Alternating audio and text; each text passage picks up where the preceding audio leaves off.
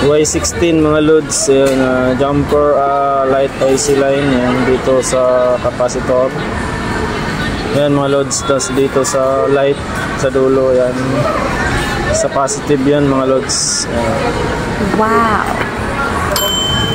Yan, halos isang oras ko to pinalitan ng light IC ay hindi gumagana mga loads.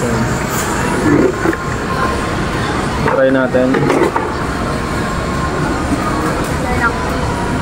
Yan, success mga loads. Wow. Walang light IC yan mga loads. Yun pa yung jumper line natin na normal mga loads.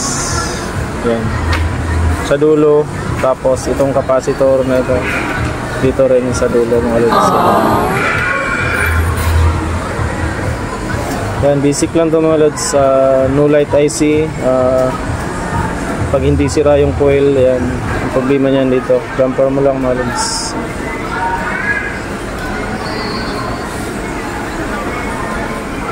Y16 ang model nito mga loads.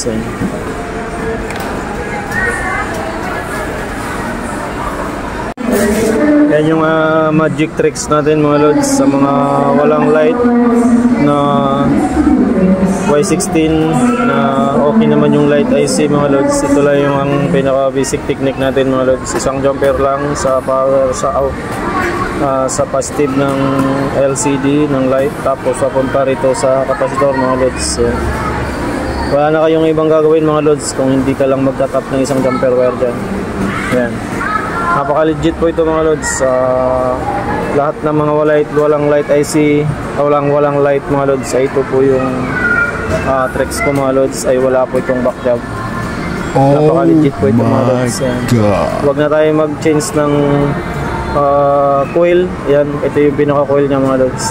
Walang problema yan. Ang problema niya mga loads, may problema yung putol yung pinaka line sa light mga loads. Kaya ito yung pinaka basic technique mga loads.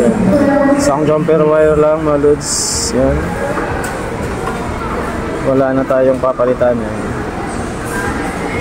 Okay, thank you for watching mga loads.